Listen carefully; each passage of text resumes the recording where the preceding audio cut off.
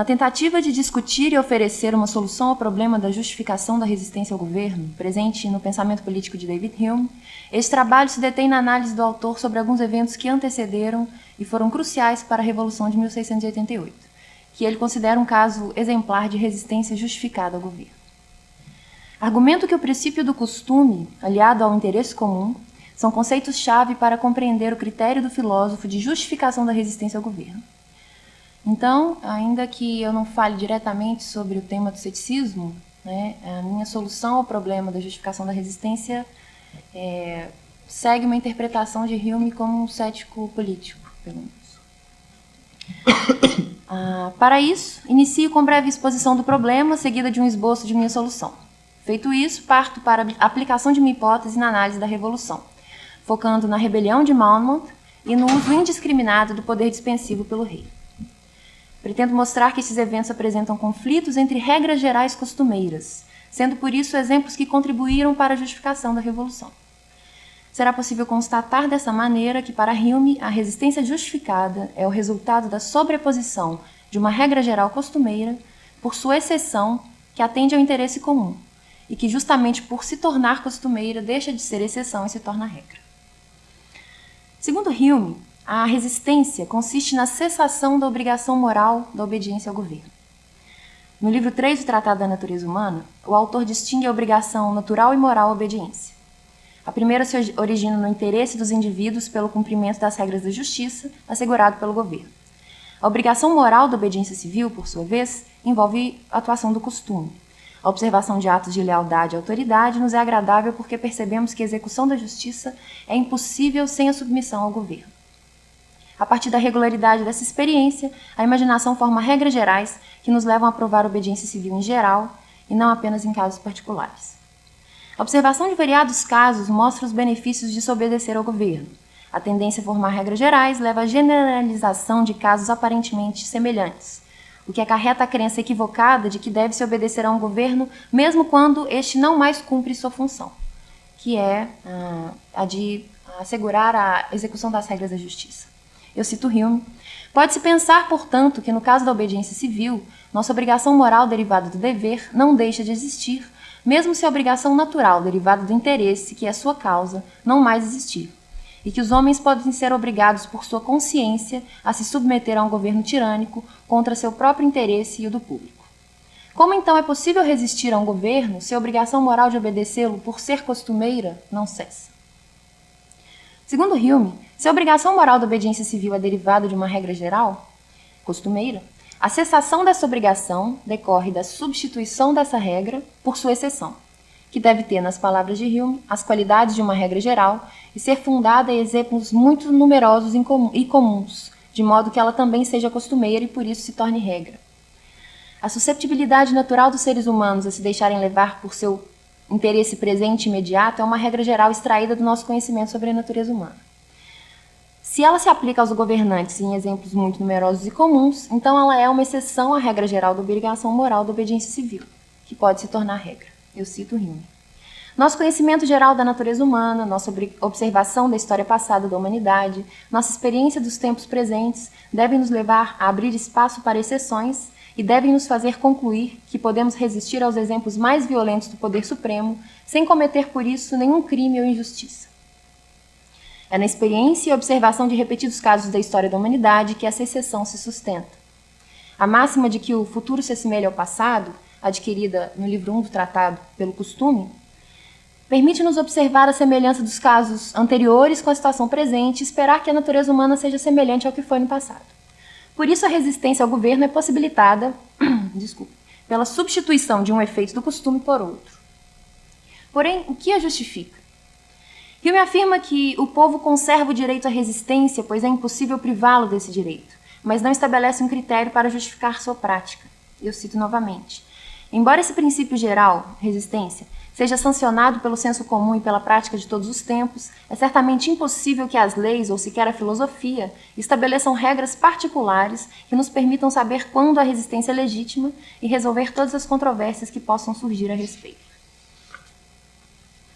O estabelecimento de regras ou leis que justifiquem a resistência enfraqueceria a autoridade do governo. Além disso, elas não seriam capazes de contemplar todas as particularidades que determinam a resistência em cada caso específico. Isso não significa que Hume considere a resistência algo inteiramente negativo. Se assim fosse, o filósofo estaria próximo de ser um defensor da obediência passiva, o que ele rejeita. Há, portanto, uma dificuldade de conciliação entre o aspecto geral e teórico e o aspecto particular e histórico dessa questão. Um importante ponto que Hume salienta e que auxilia essa investigação diz respeito ao fato de, para o autor, a resistência se justificar automaticamente, para utilizar um termo de Duncan Forbes, em situações de grave tirania e opressão. Contudo, na história da Inglaterra, especialmente na análise de Hume sobre a Revolução de 1688, no 6º volume, capítulo 70, o autor não considera James II um tirano, o que sugere a existência de outros fatores além da tirania que justificam a resistência e a consequente deposição do monarca. A comparação deste evento com outros exemplos de resistência presentes na mesma obra também leva a conclusões similares. A rebelião de 1399, em que Richard II é também deposto e em que Henry de Bolingbroke ascende ao trono, não é considerada justificada para Hume, que também não considerava este monarca um tirano. O que marca a diferença entre a Revolução de 1688 e a Rebelião de 1399, que leva Hume a considerar a primeira justificada e a segunda injustificada? A diferença salientada pelo autor, eu cito, é entre uma nação grandiosa e civilizada, deliberadamente reivindicando seus privilégios estabelecidos, Revolução de 1688, e uma aristocracia turbulenta e bárbara, mergulhando de cabeça dos extremos de uma facção para aqueles de outra, no contexto da rebelião de 1399. Esse trecho indica mais uma vez que a tirania não é a única justificação da resistência como o tratado parece sugerir. Aqui é possível notar que a diferença entre a Revolução de 1688 e a rebelião de 1399 tem relação com dois elementos. O primeiro elemento diz respeito às particularidades de cada época, os costumes estabelecidos e as opiniões prevalentes, bem como a estabilidade e regularidade das instituições políticas e das leis. O segundo elemento se refere ao interesse comum, em oposição a interesses facciosos. O costume aliado ao interesse comum constitui justamente o cerne de minha hipótese de solução do problema da justificação da resistência, que apresentaria a seguir. Bom, esse problema ele é tema ainda sem consenso na literatura interpretativa. Para Lawrence Bond, Hume não admite a resistência. Para Thomas Merrill, essa é uma questão insolúvel, faz parte do saber político, manter essa questão em aberto. Já para Annette Bayer, para Richard Dees e para Duncan Forbes, o filósofo defende a possibilidade de resistência, apesar de cada um desses intérpretes apresentarem diferentes soluções parciais para essa questão. Bayer busca solucioná-la por meio do conceito de obrigação moral. Dees afirma que a justificação da resistência depende do contexto histórico, e para Forbes, a resistência é automaticamente admitida em casos de tirania. Concordando com o fato de Hume admitir a possibilidade de resistência, a minha hipótese que concilia essas três soluções parciais da literatura interpretativa é de que esse problema é solucionado por meio de sua análise à luz da dimensão prescritiva do costume, aliado ao conceito de interesse comum. A constatação da dimensão prescritiva do costume deriva da análise deste conceito na epistemologia humeana do livro 1 do tratado. Partindo da pergunta sobre o motivo da prevalência do termo costume sobre hábito, observamos que isso se deve ao fato de o primeiro termo, costume, possuir uma conotação prescritiva que falta ao segundo, de modo que costume é compreendido como lex non scripta, lei não escrita, que vigora sem sanção racional ou legal. Essa conclusão se comprova pela influência ubíqua do costume no aparato cognitivo humano e na epistemologia humeana. O princípio influencia a formação das ideias abstratas, da crença no mundo exterior e da razão causal, base do conhecimento sobre questões de fato. Desse modo, o costume possui uma dimensão prescritiva, pois regula seus próprios efeitos, que não são explicados apenas pela razão. Assim, a justificativa para os efeitos do costume reside no próprio costume. O caráter prescritivo do costume também influencia a política humeana e se aplica tanto em virtudes e obrigações positivas, como na virtude artificial e obrigação moral da obediência civil, quanto em seu justificado abandono sem a sanção legal, como na resistência ao governo.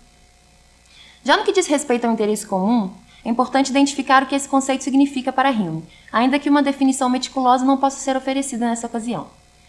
Para os propósitos desse trabalho, faz-se suficiente salientar que o interesse comum deriva de um novo direcionamento do interesse próprio e tende à utilidade pública, mais especificamente ao cumprimento da justiça que torna possível a vida em sociedade. É também importante notar que a regularidade da experiência e, consequentemente, a atuação do costume, mais uma vez, se relaciona aos motivos que nos levam a agir de acordo com o interesse comum. Hume afirma que nossa repetida experiência dos inconvenientes de se transgredir as regras da justiça fortalecem nosso sentido de interesse comum.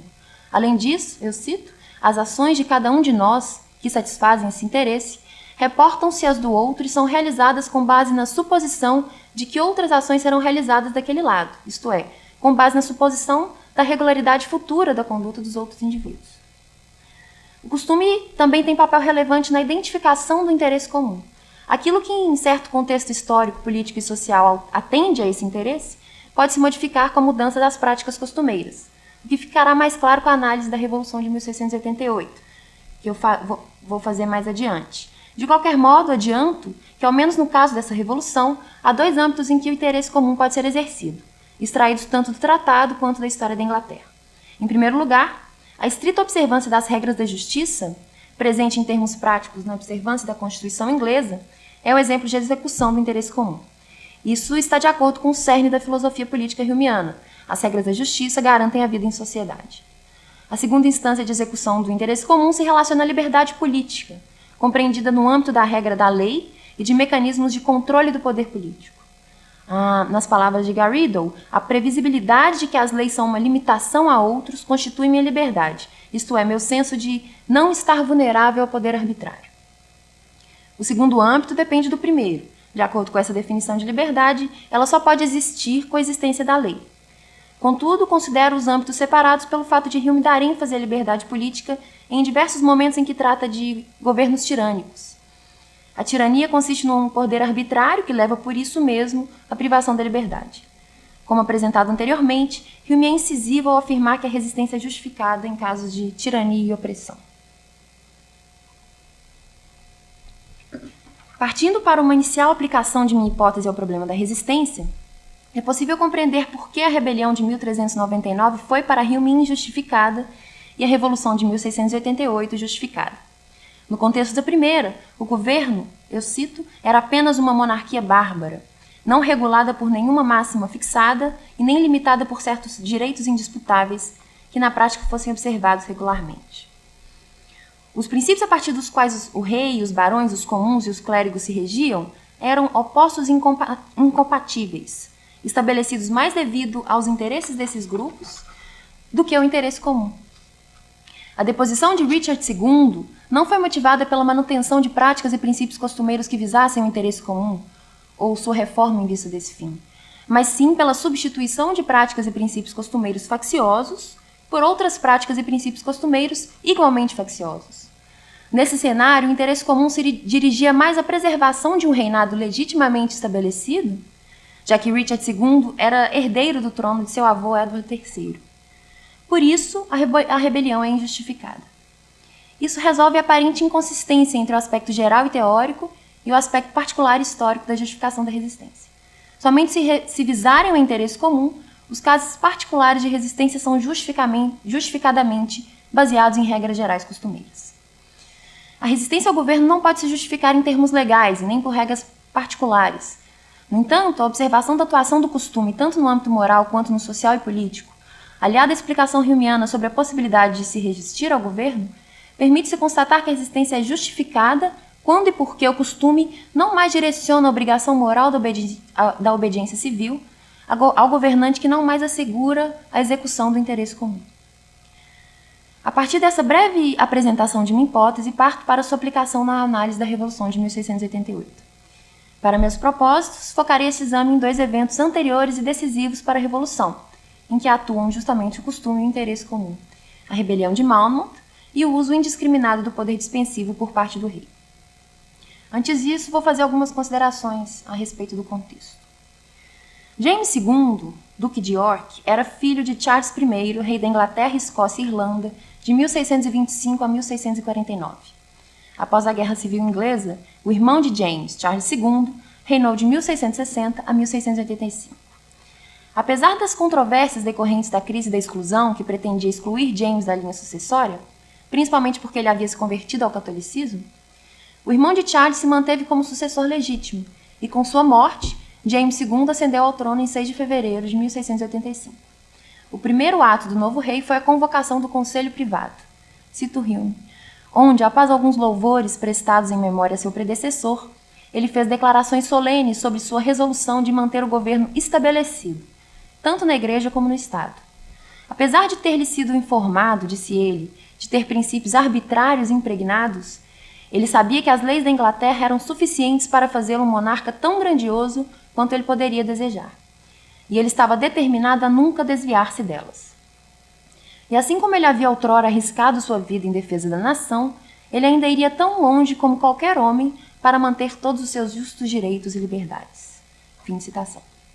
A declaração do rei foi positivamente recebida pelo Conselho Privado e pela nação. Segundo Hume, os homens acreditavam que suas intenções estavam em conformidade com suas expressões. Temos agora, foi dito, a palavra de um rei, e uma palavra antes nunca quebrada. Esse ponto pode ser aproximado em vários aspectos da teoria política apresentada no tratado. Saliento aqui um aspecto em especial. O discurso de James, como relatado por Hume, é feito de maneira que a população o encara como promessa, que por ter sido feita por um rei que jamais havia descumprido sua palavra, foi acreditada. A manutenção de promessas é para Hume uma das regras da justiça, sem a qual a vida em sociedade não seria possível. E a função do governo é justamente assegurar que tais regras serão cumpridas, a fim de garantir os justos direitos e liberdades da população. Em contrapartida, surge o comprometimento por parte dos indivíduos de obedecer ao governo. O discurso de James segue a direção do argumento humeano. Ao enfatizar seu empenho no empreendimento de cumprir sua função enquanto governante, o monarca reforça de maneira certeira sua contraparte necessária. Fortalece a obrigação moral de obediência dos súditos. As palavras do rei descrevem um homem que sacrificaria a própria vida e passaria por cima de seus próprios princípios, que mesmo sendo arbitrários eram seus, pelo interesse da nação.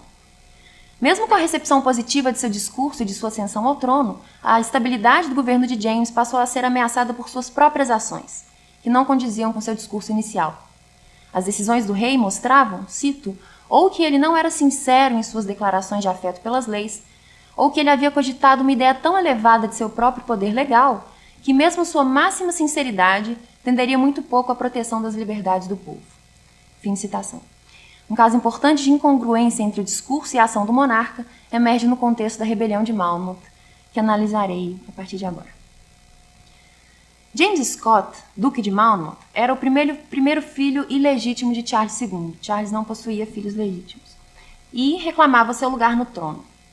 Ao ser pressionado pela impaciência de seus apoiadores e de seu aliado Argyll, que pouco tempo antes havia partido para uma tentativa de invasão na Escócia, cito, ele foi empurrado, contrariamente ao seu julgamento, bem como à sua inclinação, a fazer uma tentativa precipitada e prematura de invasão na Inglaterra.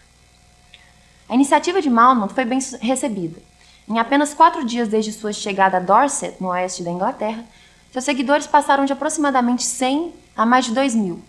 Segundo Hume, a declaração do Duque foi principalmente calculada para se adequar aos preconceitos do vulgo e dos mais fanáticos do partido Whig. Ele chamou o rei de Duque de York, que era o título anterior de James II, e o denominou um traidor, um tirano, um assassino e um usurpador papista. E ele convidou todo o povo a se unir em oposição à sua tirania. A reivindicação da legitimidade de seu nascimento foi positivamente ouvida nas cidades por onde Monmouth passou, onde foi proclamado o legítimo rei. Contudo, segundo Hume, enquanto o Duque estava perdendo tempo no oeste, por causa de sua imprudente cautela, James II preparava o exército para o ataque. Apesar dos seguidores de Monmouth travarem uma longa e brava batalha em Sedgemoor, o exército de James II venceu as forças revoltosas lideradas pelo Duque. Após a fuga do campo de batalha, Monmouth se vestiu de mendigo e foi encontrado no fundo de uma vala, coberta de samambaias. Ao ser capturado, caiu em lágrimas e implorou pela misericórdia do rei, que se aproveitou da fraca disposição do sobrinho e tentou fazê-lo delatar seus cúmplices. Monmouth se recusou a trair seus aliados e foi tragicamente executado. O Hume conta que Monmouth pede ao carrasco que não erre o golpe, o carrasco desestabilizado e também simpático da causa de Malmont, dá vários golpes fracos sem conseguir decapitá-lo. Ele solta o machado, afirma que não vai conseguir executar o serviço, o xerife obriga-o a tentar novamente, e após mais 2 golpes, ele finalmente executa Malmont. Eu cito Hume. Essa vitória, obtida pelo rei no começo de seu reino, naturalmente tenderia muito a aumentar seu poder e autoridade se tivesse sido conduzida com prudência. Mas em razão da crueldade com a qual ela foi levada a cabo e da temeridade que mais tarde lhe inspirou, a vitória foi a causa principal de sua repentina ruína e queda. Fim de citação. O que se seguiu da vitória da coroa foi um massacre. Dezenas de prisioneiros que pela lei tinham direito a um julgamento foram imediatamente enforcados por Feversham. O coronel Kirk executava e torturava outras dezenas com requintes de crueldade. Hume conta que uma jovem se jogou aos pés do coronel Kirk, implorando para deixar seu irmão viver. Ele prometeu poupar a vida do irmão da jovem se ela passasse a noite com ele, o que ela concedeu. No dia seguinte, o Kirk mostra à jovem pela janela o irmão enforcado. Jeffreys, outro coronel, sentenciou mais de 500 prisioneiros, entre os quais pelo menos 150 foram executados, muitos deles sentenciados com um veredito precipitado.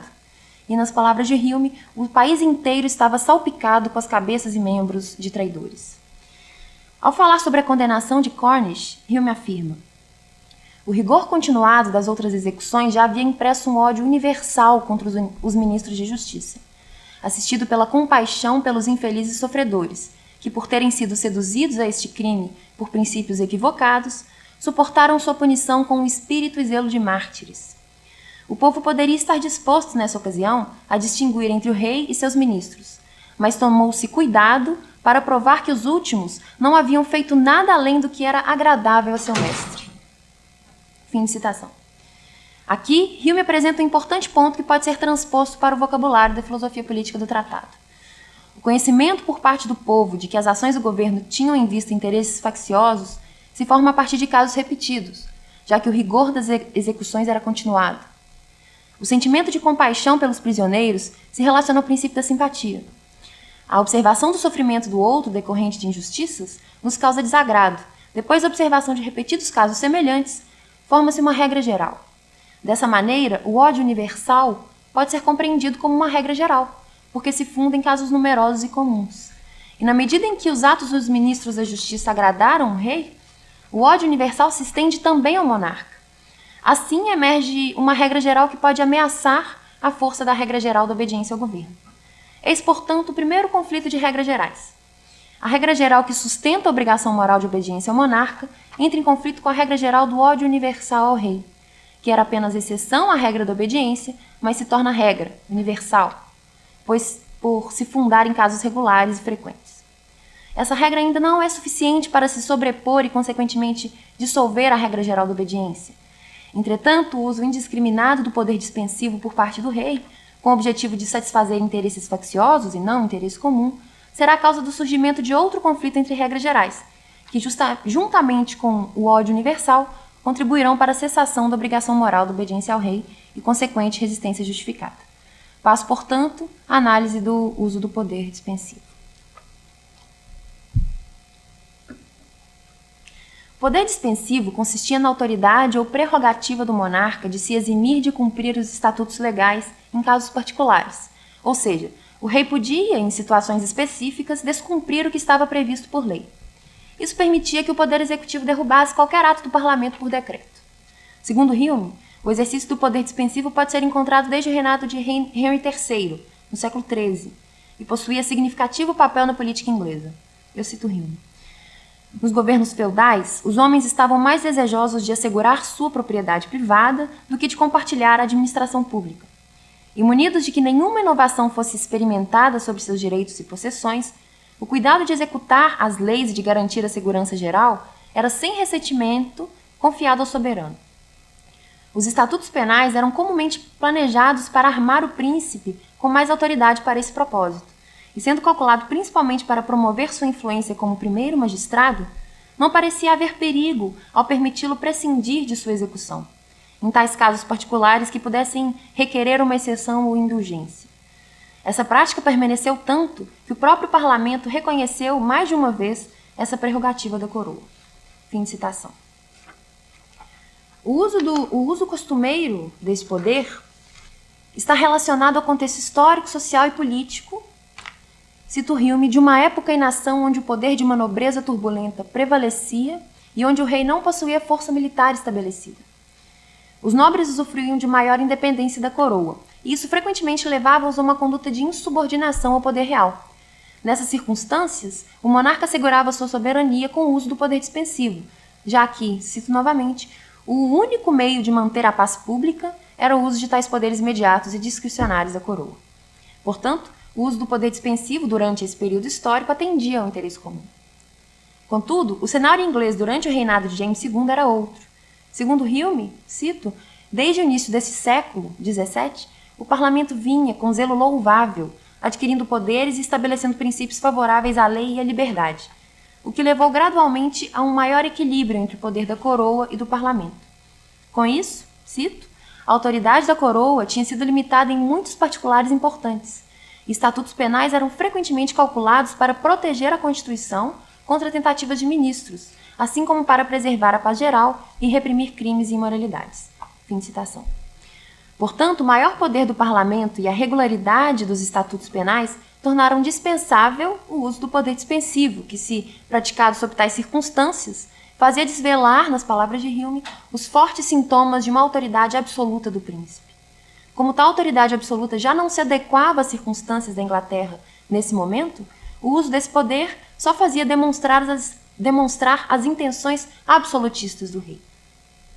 E é justamente por causa do maior equilíbrio entre a coroa e o parlamento que emerge o confronto entre a prerrogativa real e o caráter inviolável da lei. Surgem opiniões diversas sobre esse confronto. Para uns, o uso do poder dispensivo, por ser fundado em precedentes antigos, era válido. Para outros, nas palavras de Hume, se uma lei penal fosse dispensada, qualquer outra poderia estar sujeita ao mesmo destino. E por qual princípio poderiam, até mesmo as leis que definem a propriedade, serem posteriormente protegidas de violação? Fim de citação. Os pontos de vista não encontravam consenso. Para Hume, a presente dificuldade ou aparente absurdo tinham procedido das últimas inovações introduzidas no governo. O autor oferece um lúcido panorama desse conflito, que eu reproduzo a seguir. Uma prerrogativa derivada da prática muito antiga e quase uniforme, o poder dispensivo, ainda permanecia, ou deveria permanecer com a coroa, suficiente em um instante para arruinar toda esta fábrica e derrubar todas as barreiras da Constituição. Esperar que o poder dispensivo poderia em qualquer grau ser compatível com aquelas limitações acuradas e regulares que ultimamente têm sido estabelecidas e que o povo estava determinado a manter, era uma esperança vã. E apesar de os homens não saberem sobre quais princípios eles poderiam negar essa prerrogativa, eles viam que, se fosse para preservar suas leis e Constituição, havia uma necessidade absoluta de negá-la, ao menos de aboli-la. Fim de citação. A prática costumeira do poder dispensivo já não era mais compatível com as práticas do século XVII. A regularidade das leis advindas da estabilidade da Constituição inglesa impossibilitava essa prerrogativa real.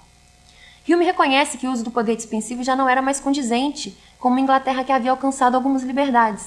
Para ele, eu cito, não é necessária nenhuma outra prova da natureza irregular do antigo governo inglês do que a existência de tal prerrogativa. Nesse cenário, o uso do poder dispensivo por James já configurava uma prática contrária aos costumes e ao interesse comum, e por isso questionável. A gravidade do uso de tal poder aumenta pelo fato de ele ter sido usado para executar medidas que não só abriam caminho para a restauração da monarquia absolutista, mas que também ameaçavam a religião anglicana. Os primeiros casos de uso do poder dispensivo por James vão justamente nesse sentido. Em uma reunião com o parlamento em novembro de 85, James informou que a milícia utilizada para conter a rebelião de Monmouth se encontrava completamente inútil e por isso necessitava de mais uma considerável quantia de dinheiro para a manutenção dessas forças adicionais. Aqui é importante considerar que o exército era convocado via autorização do parlamento apenas em tempos de guerra, já que a manutenção de um exército permanente não era prática costumeira na Inglaterra. Além disso, um exército permanente permitia ao monarca seu uso ilimitado, o que era preocupante. Lançando mão do poder dispensivo, James passou por cima da autoridade parlamentar e simplesmente informou a esta casa sua decisão de instituir um exército permanente e se dirigiu ao parlamento não para solicitar sua aprovação dessa medida, mas para demandar a liberação de fundos para tal. Nesta mesma ocasião, James anunciou outra medida que também envolveu o uso do poder dispensivo.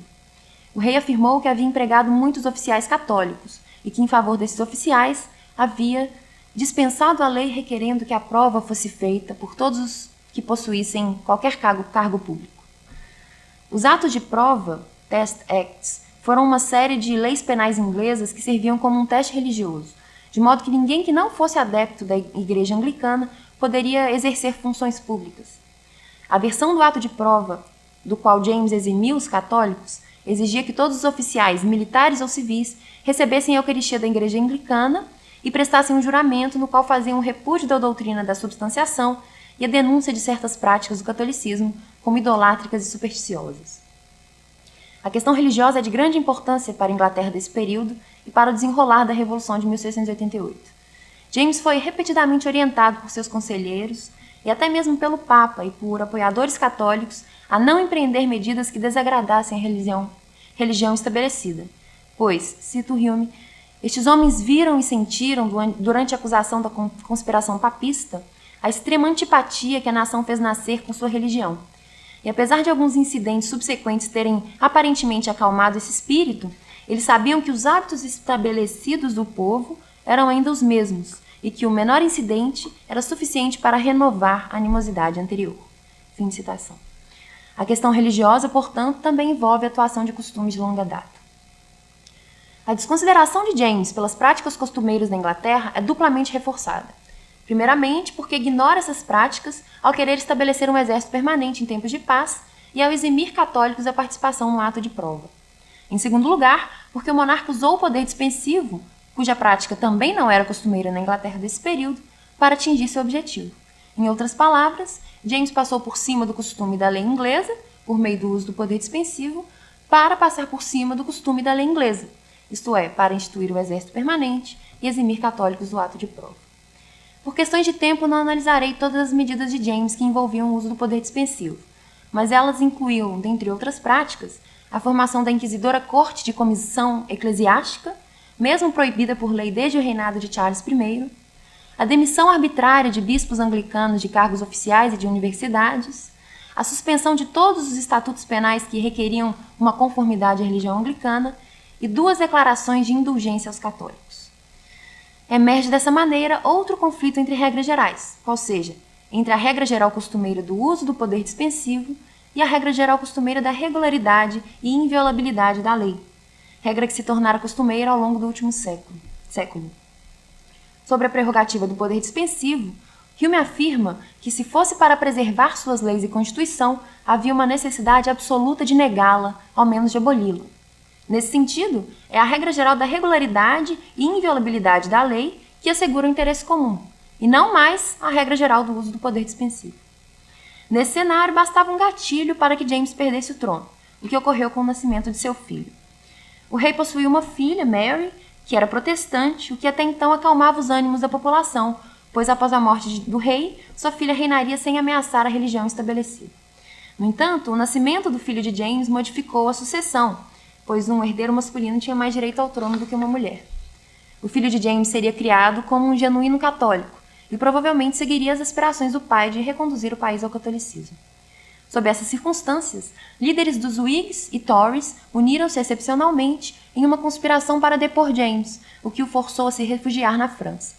Sua fuga foi considerada abdicação ao trono. Sua filha torna-se rainha Mary II, que ascende ao trono com seu marido William III em junho de 1688. Para Hume, cito, a Revolução por si só, felizmente colocou um fim a todas essas disputas. Por meio dela, um edifício mais uniforme foi enfim erigido. A inconsistência monstruosa, tão visível entre as partes góticas da fábrica e os recentes planos de liberdade, foi inteiramente corrigida. E para sua mútua felicidade, o rei e o povo foram finalmente ensinados a conhecer seus limites apropriados. Fim de citação. Partindo agora para as considerações finais. Ao longo dessa análise, pude identificar 2 conflitos entre regras gerais costumeiras que foram decisivos para o destronamento de James II. O primeiro conflito, entre a regra geral de obediência ao rei e a regra geral do ódio universal aos ministros de justiça e, consequentemente, ao rei. O segundo, entre a regra geral do uso do poder dispensivo e a regra geral da regularidade e inviolabilidade da lei. Esses conflitos podem ser resumidos em um conflito mais amplo, entre a regra geral costumeira de obediência ao rei e a sua prerrogativa, e a regra geral costumeira de obediência à lei ou à legalidade. Ainda que essa segunda regra geral costumeira fosse mais recente que a primeira, seu peso e autoridade não eram por isso menores. Suas vantagens eram percebidas e vividas pela população, que por isso mesmo não abriria mão de suas mais recentes liberdades. O interesse comum estava por ela assegurado. A sobreposição da primeira regra geral costumeira, obediência ao rei, pela segunda, obediência à lei, constituiu assim a dissolução da obrigação moral de obediência ao rei. Tal sobreposição não foi súbita, tampouco imediata. Ela ocorreu com o tempo, o costume e a concorrência de diferentes circunstâncias.